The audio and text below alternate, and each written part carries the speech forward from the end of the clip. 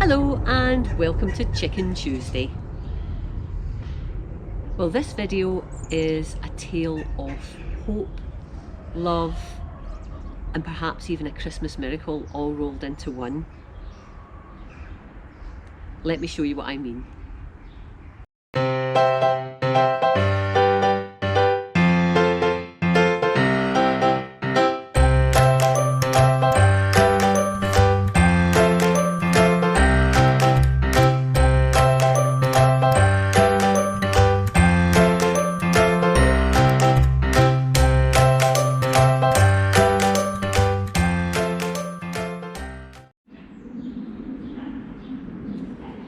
So the tale begins on a Friday night after work. Tom and I went to check the chickens. They had already gone into the coop and the automatic door had shut down, so they're all safe and secure in the coop. And generally what we'll do is just look in on them, just make sure they're all in and all are happy. When we looked in this particular Friday, unfortunately it became apparent that Beryl wasn't well. She was moving away from us rather than coming towards us, and we sometimes go in and have a couple of grapes and we'll give them a little bit of grape each, and she's normally bouncing to the front of the coop to the door and wanting the grape, and in this occasion she wasn't, she was backing off. So I took Beryl indoors so that we could have a closer look to see what was wrong, and we could see that she seemed to be straining as though she was wanting to lay an egg. So I wondered if she was having a problem laying or whether she had a soft-shelled egg. A soft-shelled egg is when the egg is, well, it is as it sounds, the shell isn't hard, it's soft, and that can happen occasionally, and it's just a little blip in their egg production. But what that means is it's sometimes hard to push the egg out because there's no purchase for the inside to actually push the egg out through the egg canal. So in those sorts of situations, common wisdom is to pop the hen in a basin of warm water, maybe with some Epsom salts in it, and that will help just relax their muscles so that they can pass the egg a little bit easier. So here's Beryl. She wasn't happy when we get in from work, and she's straining trying to pass an egg, I think. I suspect that she is laying a soft-shelled egg, and they're harder to push out. So we've just got her indoors, we've given her a bath, a warm steep, and hopefully that will help her to relax and to pass her egg. So that's what we did. We gave Beryl a little Epsom salts bath and a little blow dry to make sure she was nice and dry. And I thought, well, we'll just keep her indoors because this was probably about 8 o'clock at night, and I didn't want to put her back in the coop, and she was probably a little bit damp still, and I didn't want her to get a chill. So we set up the puppy pen in the living room, which is this nice hexagonal pen that we use when any of our chickens are sick, and we put some a nice sort of tub of shavings and some water and food, and just left her there overnight, fully expecting in the morning that she would have laid an egg of some description. On the Saturday morning, Beryl was looking slightly brighter. She was eating a little bit, drinking lots, had a bit of diarrhea, and still hadn't passed an egg, although she wasn't straining anymore. But to be on the safe side, I popped her over to my vet, who's not a chicken vet, but they had a look, they had a feel, they couldn't feel an egg, and thought maybe it was just a tummy upset of some description, so suggested that I get some probiotics and that she would be fine. So we duly came home, popped her back out with her friends, and she seemed a lot happier. On the Sunday morning, I eagerly went round to let the girls out and to check out Beryl to see how she was. Unfortunately, she didn't look very good. She had gone downhill a little bit, still not straining, that seemed to have stopped, but drinking and drinking and drinking and drinking, just almost constantly drinking, not interested in food, not interested in people, not interested in the other chickens, just not happy at all.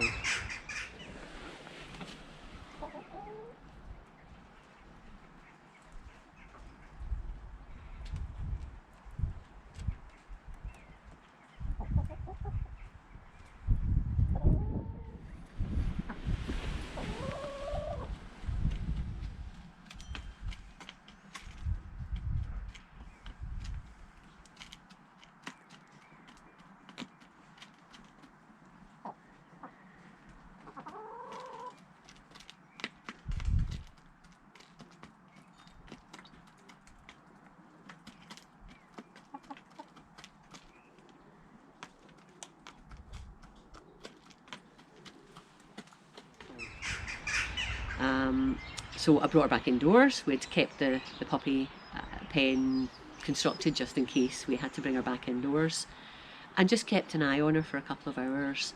And I made up an electrolyte and I squirted it into her mouth so that she was getting some electrolytes. And I also had this thing called Nutri-Drops, which is chicken vitamins and minerals, and I gave her some of that. But really, I wasn't happy. And it's a Sunday, of course, so the vets are shut.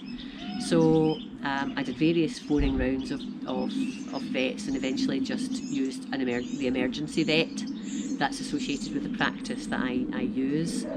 And they promised me that even if they weren't chicken specialists, they would be able to phone somebody if there was anything they needed to know. So Tom and I, Julie, took Beryl on a slightly longer trip into Glasgow, where we saw the emergency vet.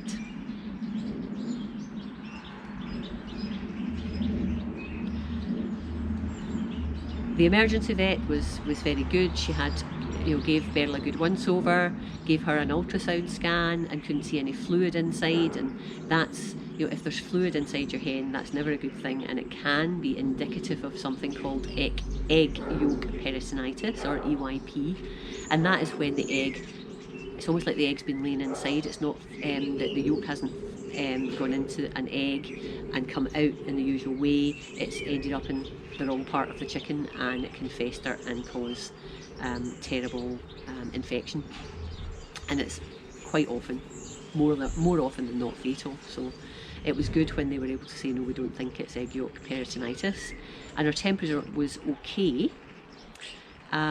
So they gave me antibiotics, suggested that I go through a worming regime, which I do worm, and I wormed an extra time recently because of another trip to the vet, that time with Edith. You can see that in my previous video in Chicken Tuesday.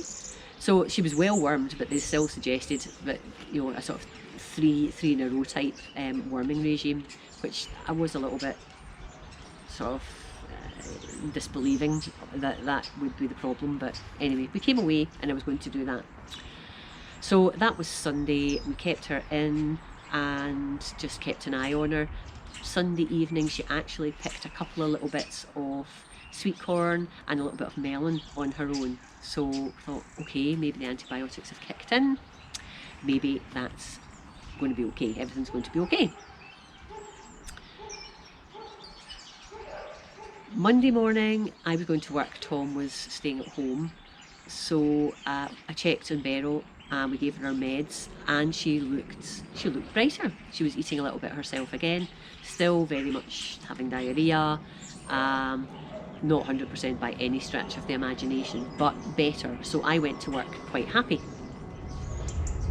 Tom gave me regular updates through the day, and it became apparent that she was going downhill again rather quickly.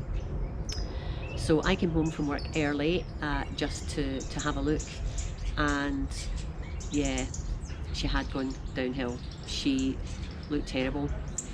She had been spending a lot of the day hunched up with her head under her wing.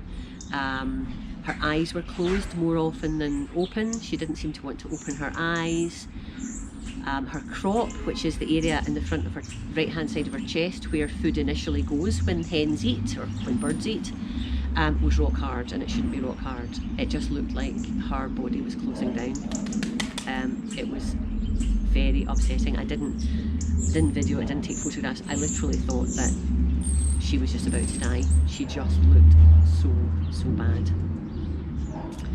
So I panicked, and what did I do? Phoned my vet. They said, well, you can bring her round, but I could always almost hear them looking through the chicken manual. And they're not hiding the fact. Vets tend not to get a lot of exposure to chickens, other than big, in fact they probably don't get much exposure at all, because I was going to say big factory farms, etc., but they don't call a vet if a chicken's ill. They just dispatch the chicken. So So it's understandable vets don't necessarily know about chickens, but there are avian vets who know about birds generally and who have started now to look after backyard chickens such as the girls I keep. And I had used an avian vet in the past. It was a wee bit further journey, but I phoned that avian vet and I said, this is the situation. And he said, right, sounds like you better bring her in. So we drove through the rush hour, took about an hour and a half to get through to this particular vet's, and I knew then that she was being seen by somebody that knew their way about a chicken, and she had a look and wanted to keep her in. So she said, unsure what it is at this stage, but we'll give her fluids, we'll give her something to ease off the sort of block in the crop. We will give her food, etc., and just generally give her meds as appropriate, and try and bring her round, in effect, bring her through this.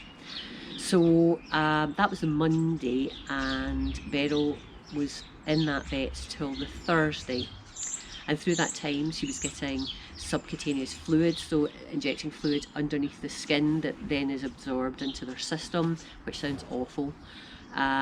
She was getting tube fed down through into her crop. She was getting 2 different types of antibiotic, an anti-inflammatory painkiller, and something to keep her sort of digestive system moving. So she was getting a lot of treatment, and they were doing everything that they could to bring her through that. And I was getting regular updates because I was a very worried mum. We were a very worried mum and dad, Tom and I, and it appeared that she was getting better. So by Thursday, in fact by Wednesday, they said, oh, we're letting her out the pen, and she's wandering around the surgery, having chats and just generally being a great little bird.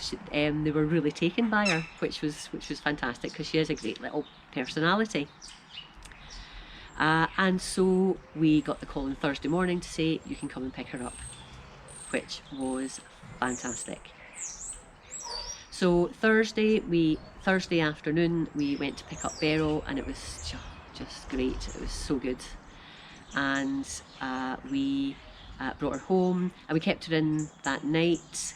Again in the puppy pen, except the puppy pen has got a sort of net roof to it that you can take off, and we'd taken that off just while we were in the living room, and Beryl decided that she wanted to come out and visit, so she flew out of the pen and basically gravitated towards us, and ended up spending a good couple of hours sitting on the arm of the couch. So here's Beryl back from the vet, and she's 100 times better than she was. Really thought we'd lost her on Monday. And it's Thursday, and after some quite intensive treatment at the vet's, she's perked up no end.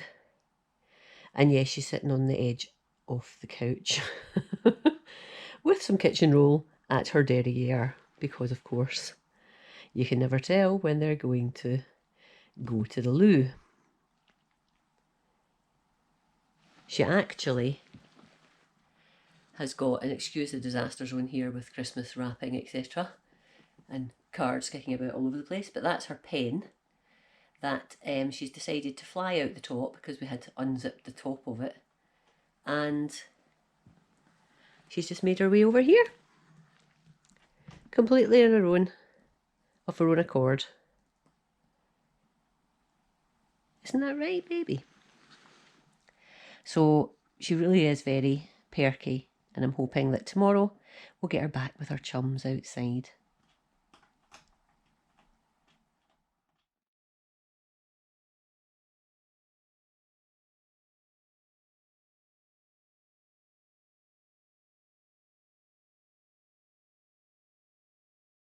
Couch.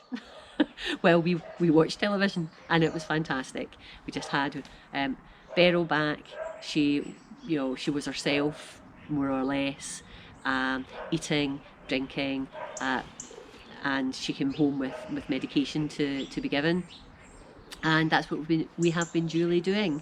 2 types of antibiotics, the anti-inflammatory painkiller and this other drug to make sure that her digestive tract keeps moving. And that's where we are really today. This is now Christmas Eve, and we've only got this evening's medication and probably tomorrow morning, and that's her finished her medication.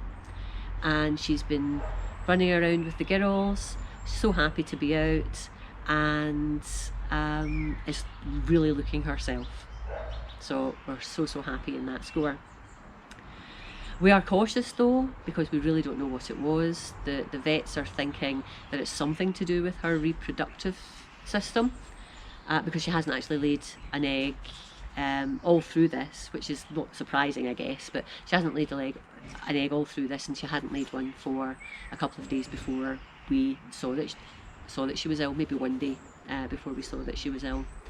So we're not sure what the situation is, whether after the drugs finish that we start seeing her become unwell again, or whether it's been an infection in there that we've knocked on the head and that's fine, or maybe whether it's something hormonal or something to do with her egg laying that means that we might have to prevent her from laying eggs by giving her an implant of some description to stop her laying, if that's going to cause her problems. So we're in the unknown really at the moment, but all I can say for now is we're so happy to have Beryl back from the brink, quite literally, and it's great.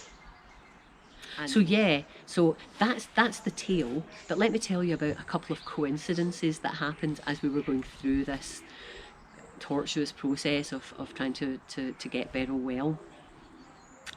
On the Sunday, so this is when we went to the emergency vet in Glasgow, we were driving into town and we had the radio on, and what comes up but a song by Mike and the Mechanics, All I Need Is a Miracle. And Tom and I looked at each other and basically we said, yeah, that's probably what we do need. So that was the first weird coincidence. And then on the Thursday, when we were bringing Beryl back from the avian vet, when she seemed to be really perky and recovered, again we were listening to music on the radio, and what comes up but the Proclaimers, and I'm not sure whether this is what it's called, but it basically goes, I'm on my way from misery to happiness today. And again, Tom and I were like, yep, that's exactly it. It was a miserable few days, a really worrying, miserable few days, and we're just so happy to have Beryl back. So that was great. 2 bits of music that really were very appropriate to the times that we heard them. So here's the star of our little Christmas miracle tale, and Beryl is heaps better, aren't you, Beryl? So just to finish up, I'd just like to say a very Merry Christmas from us all, and thanks so much for watching the videos, whether it's the gardening videos, the quail videos, or Chicken Tuesday. It's great to have you respond to the videos, your feedback and your encouragement. So I hope you have a wonderful Christmas, and we'll talk to you again very, very soon. Bye bye for now. Bye.